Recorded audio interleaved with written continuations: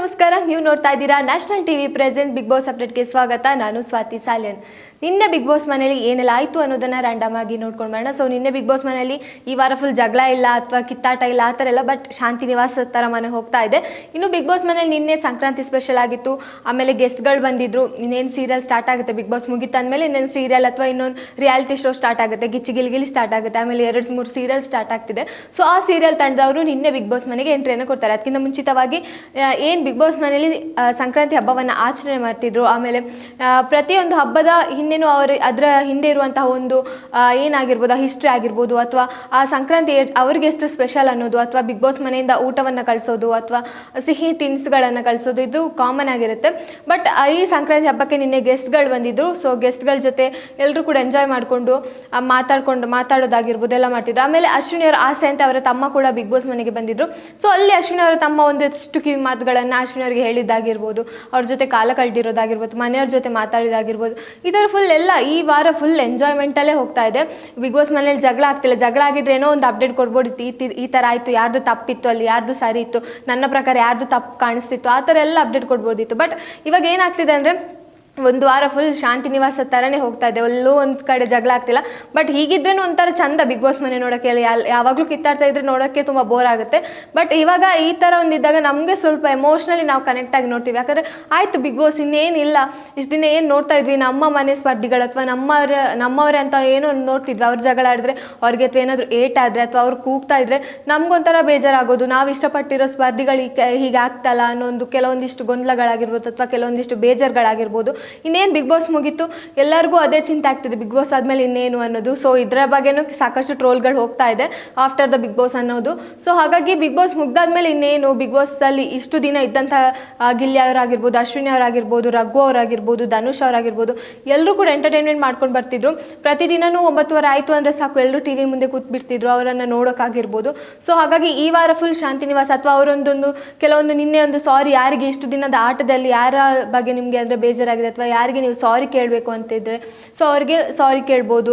ಅದು ಆ ಒಂದು ಚಟುವಟಿಕೆಯನ್ನು ಕೊಟ್ಟಿದ್ರು. ಅದು ಯಾಕೋ ತುಂಬ ಮನಸ್ಸಿಗೆ ಹತ್ತಿರವಾಗಿತ್ತು. ಯಾಕಂದರೆ ನಮಗೂ ಅನಿಸಿತ್ತು ಈ ಒಂದು ಎಪಿಸೋಡಲ್ಲಿ ಹೀಗೆಲ್ಲ ಆಯಿತು, ಈ ಒಂದು ದಿನದಲ್ಲಿ ಹೀಗಾಯಿತು, ಸೊ ಆವಾಗ ಸಾರಿ ಕೇಳಬೇಕಿತ್ತು, ಸೊ ಇವಾಗ ಕೇಳ್ತಿದ್ದಾರೆ ಅನ್ನೋದು ಸಾಕಷ್ಟು ವಿಷಯದಲ್ಲಿ ಎಮೋಷ್ನಲಿ ನಾವು ಕನೆಕ್ಟ್ ಆಗಿ ನೋಡೋದಿದೆ.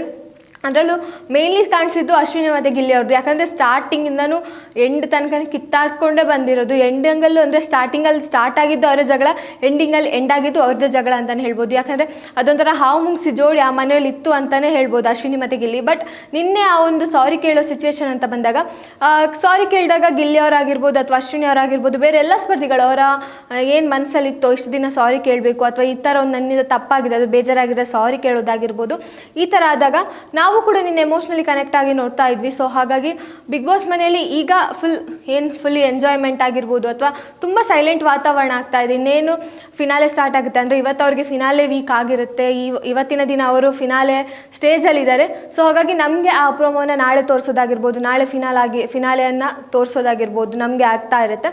ಸೊ ಇನ್ನು ಬಿಗ್ ಬಾಸ್ ಮನೆಯಲ್ಲಿ ಯಾರೆಲ್ಲ ಫೈನಲ್ಸ್ಗೆ ಹೋಗಿದ್ದಾರೋ ಸೊ ಅವರೆಲ್ಲ ಯಾವ ಸ್ಥಾನಕ್ಕೆ ಬರ್ಬೋದು ಅಂದರೆ ಕಪ್ಪನ್ನು ಯಾರು ಹೊಡಿತಾರೋ ಅನ್ನೋದು ತುಂಬ ಗೊಂದಲದಿಂದ ನಾವು ಕಾಯ್ತಾ ಇದ್ದೀವಿ. ಯಾಕಂದರೆ ಯಾರಿಗೆ ಸಿಗ್ಬೋದು ಕಪ್ಪು, ಈ ಕಡೆ ಗಿಲ್ಲಿ ಅಂತಲೂ ಅಲ್ಲ, ಈ ಕಡೆ ಅಶ್ವಿನಿ ಅಂತಲೂ ಅಲ್ಲ, ಈ ಕಡೆ ಧನುಷ್ ಅಂತಲೂ ಅಲ್ಲ. ಯಾಕಂದರೆ ಎಲ್ಲರಲ್ಲೂ ಕೂಡ ಗೊಂದಲ ಕಾಡ್ತಾ ಇದೆ ಯಾರಿಗೆ ಸಿಗ್ಬೋದು ಈ ಸಲದ ಬಿಗ್ ಬಾಸ್ ಕಪ್ ಅನ್ನೋದು. ಹಾಗಾಗಿ ಗಿಲ್ಲಿಯ ಹವಾ ಎಷ್ಟು ಹೊರಗಡೆ ಕ್ರೇಜ್ ಇದೆ ಅಂತಲೂ ಗೊತ್ತು. ಆಮೇಲೆ ಅಶ್ವಿನಿ ಅವ್ರದ್ದು ಕೂಡ ಅಷ್ಟೇ, ಅಶ್ವಿನಿ ಅವರ ಪರವಾಗೂ ರ್ಯಾಲಿಗಳಾಗಿದೆ, ಗಿಲ್ಲಿ ಅವ್ರ ಪರವಾಗೂ ರ್ಯಾಲಿಗಳಾಗಿದೆ. ನನ್ನ ಪ್ರಕಾರ ಇಬ್ಬರಂತೂ ಫೈನಲಲ್ಲಿ ಇರ್ತಾರೆ ಅನಿಸುತ್ತೆ. ಅಂದರೆ ಟಾಪ್ 2 ಅಲ್ಲಿ ಇರಬಹುದು ಅನಿಸುತ್ತೆ ಅಶ್ವಿನಿ ಮತ್ತು ಗಿಲ್ಲಿ ಅವರು. ಸೊ ನಿಮ್ಮ ಪ್ರಕಾರ ಯಾರು ಇರ್ಬೋದು ಟಾಪ್ 2 ಅಲ್ಲಿ ಅಂತ ಒಂದು ಕಮೆಂಟ್ ಮಾಡಿ. ಸೊ ಇನ್ನು ಗಿಚ್ಚಿ ಕೂಡ ಸ್ಟಾರ್ಟ್ ಆಗ್ತಿದೆ. ಸೊ ಗಿಲ್ಲಿಯ ತಂಡ ಇವತ್ತು ಬಿಗ್ ಬಾಸ್ ಮನೆಗೆ ಬರ್ತಾ ಇದೆ. ಇನ್ನೇನಾದರೂ ಬಿಗ್ ಬಾಸ್ ಮನೆಯಲ್ಲಿರುವ ಸ್ಪರ್ಧಿಗಳನ್ನು ಅಲ್ಲಿಗೆ ತಗೊಂಡೋಗೋ ಚಾನ್ಸಸ್ ಇರ್ಬೋದಾ? ಮೇ ಬಿ ಗಿಲ್ಲಿ ಅವ್ರನ್ನ ಕರ್ಕೊಂಡು ಹೋಗಬಹುದು ಅನಿಸುತ್ತೆ. ಹೋಗಬಾರ್ದ ಗೊತ್ತಿಲ್ಲ. ಬಟ್ ಗಿಲ್ಲಿ ಅವರು ಕಾಮಿಡಿ ಅಂತ ಬಂದಾಗ ಎಷ್ಟು ದಿನ ಕಾಮಿಡಿ ರಿಯಾಲಿಟಿ ಶೋ ಅಲ್ಲಿ ಇದ್ದವರು. ಸೊ ಹಾಗಾಗಿ ಗಿಲ್ಲಿ ಅಲ್ಲಿ ಬಂದರೆ ಇನ್ನಷ್ಟು ಎಂಟರ್ಟೈನ್ಮೆಂಟ್ ಜಾಸ್ತಿ ಇರುತ್ತೆ ಅಂತಲೇ ಹೇಳ್ಬೋದು. ಇನ್ನೇನಾದರೂ ರಕ್ಷಿತಾ ಅವರು ಅಲ್ಲಿಗೆ ಹೋಗ್ಬೋದೇ ಗಿಲ್ಲಿಗೆ? ಇದರ ಸಾಕಷ್ಟು ಪ್ರಶ್ನೆಗಳು ಬರ್ತಾ ಇದೆ. ಅಶ್ವಿನಿ ಅವ್ರು ಏನಾದರೂ ಗಿಲ್ಲಿಗೆ ಹೋಗ್ಬೋದಾ?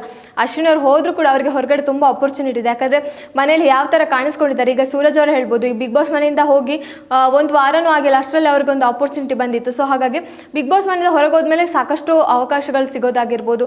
ಈಗ ಗಿಲ್ಲಿ ಬಂದಿದೆ. ಸೊ ಗಿಲ್ಲಿ ಅವರು ಕಾಮಿಡಿ ಶೋ ಮಾಡ್ಕೊಂಡು ಬಂದಿರೋದ್ರಿಂದ ಗಿಲ್ಲಿ ಒಳ್ಳೆ ಪ್ಲಾಟ್ಫಾರ್ಮ್ ಆಗಬಹುದು. ಅದರಲ್ಲೂ ಕೂಡ ಈಗ ಚಿಕ್ಕ ಮಕ್ಕಳಿಗೆ ಏನೋ ಒಂದು ಸ್ಪೆಷಲ್ ಆಗಿ ಇವೆಂಟ್ ಮಾಡ್ತಾ ಇದ್ದಾರೆ. ಸೊ ಹಾಗಾಗಿ ಗಿಲ್ಲಿ ಅವ್ರಿಗೆ ಇದು ಆಪರ್ಚುನಿಟಿ ಆದರೆ ಅಥವಾ ರಕ್ಷಿತಾ ರಕ್ಷಿತ್ ಅವ್ರಿಗೆ ಏನಾದರೂ ಈ ಒಂದು ಪ್ಲೇಸ್ಮೆಂಟ್ ಸಿಕ್ಕಾಪಟ್ಟೆ ನಮಗೂ ನೋಡೋಕೆ ಇನ್ನಷ್ಟು ಖುಷಿ ಆಗುತ್ತೆ.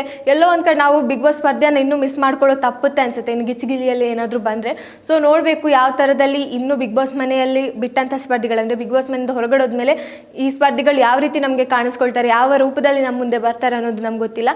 ಹಾಗಾಗಿ ಇವತ್ತಿನ ಈ ವಾರದಲ್ಲಿ ಸಿಕ್ಕಾಪಟ್ಟೆ ಒಂಥರ ಫನ್ನಿ ಮೂಮೆಂಟ್ಗಳಾಗಿರ್ಬೋದು, ಎಮೋಷ್ನಲ್ ಕನೆಕ್ಟ್ ಆಗುವಂಥ ಆಗ್ಬೋದು, ಸಾಕಷ್ಟು ಕ್ರಿಯೇಟ್ ಆಗಿದೆ. ಹಾಗಾಗಿ ಈ ವಾರದಲ್ಲಿ ಏನು ಜಗಳ ಇಲ್ಲ, ಕಿತ್ತಾಟ ಇಲ್ಲ, ಅದಿಲ್ಲ ಇದಿಲ್ಲ, ಅಥವಾ ಇನ್ನೊಬ್ಬರ ಮೇಲೆ ವಾದ ಇಲ್ಲ, ಪ್ರತಿವಾದ ಇಲ್ಲ. ಹಾಗೆ ಶಾಂತಿ ನಿವಾಸ ಥರನೇ ಈಗ ಮನೆ ಹೋಗ್ತಾ ಇದೆ. ಇನ್ನು ಫೈನಲ್ ಬರ್ತಾ ಇದೆ. ಸೊ ಫೈನಲಲ್ಲಿ ಯಾರಿಗೆ ಕಪ್ ಸಿಗ್ಬೋದು ಅನ್ನೋದು ಸ್ವಲ್ಪ ಗೊಂದಲದಲ್ಲೇ ಇದೆ. ಯಾಕಂದರೆ ಇಷ್ಟು ದಿನ ಏನು ಈ ಸೀಸನಲ್ಲಿ ನೋಡ್ತಾ ಬಂದಾಗ ಒಂದು ಕ್ಲಾರಿಟಿ ಏನಾದರೂ ಸಿಗ್ತಿತ್ತು. ಬಟ್ ಈ ಸೀಸನಲ್ಲಿ ಅಷ್ಟು ಕ್ಲಾರಿಟಿ ಸಿಗ್ತಾಯಿಲ್ಲ ಯಾರಿಗೆ ಸಿಗ್ಬೋದು ಅನ್ನೋದು. ಒಂದು ಕಡೆ ಗಿಲ್ಲಿ ಆದರೆ ಇನ್ನೊಂದು ಕಡೆ ಅಶ್ವಿನಿ ಅವ್ರ ಪರವಾಗಿ ಅಂದರೆ ಅಶ್ವಿನಿ ಪರವ ಇರುವವರು ಮಾತಾಡ್ತಿದ್ದಾರೆ, ಅಥವಾ ಗಿಲ್ಲಿ ಪರವಾಗಿ ಇನ್ನೂ ಟ್ಯಾಟೋ ಹಾಕ್ಸೋದಾಗಿರ್ಬೋದು. ಏನು ಕ್ರೇಜ್ ಗಿಲ್ಲಿದ್ದು ಅದು ಹೇಳೋದೇ ಮಾತಿಲ್ಲ ಅದಕ್ಕೆ. ಸೊ ಆ ಥರ ಕೆಲವೊಂದು ಅಭಿಮಾನಿಗಳು ಅವರ ಅಭಿಮಾನವನ್ನು ತೋರಿಸೋದಾಗಿರ್ಬೋದು, ಈ ಥರ ಸಾಕಷ್ಟು ಹೊರಗಡೆ ನಡೀತಾ ಇದೆ. ಸೊ ಯಾರ ಕೈಗೆ ಕಪ್ ಸಿಗ್ಬೋದು ಅನ್ನೋದು ಸ್ವಲ್ಪ ಗೊಂದಲದಲ್ಲಿದೆ. ಸೊ ಕಾದು ನೋಡಬೇಕು ಯಾರಿಗೆ ಕಪ್ ಸಿಗುತ್ತೆ ಅನ್ನೋದು. ಇನ್ನಷ್ಟು ವಿಷಯಕ್ಕಾಗಿ ನೋಡ್ತಾ ಇರಿ ನ್ಯಾಷನಲ್ ಟಿವಿ. ಧನ್ಯವಾದಗಳು.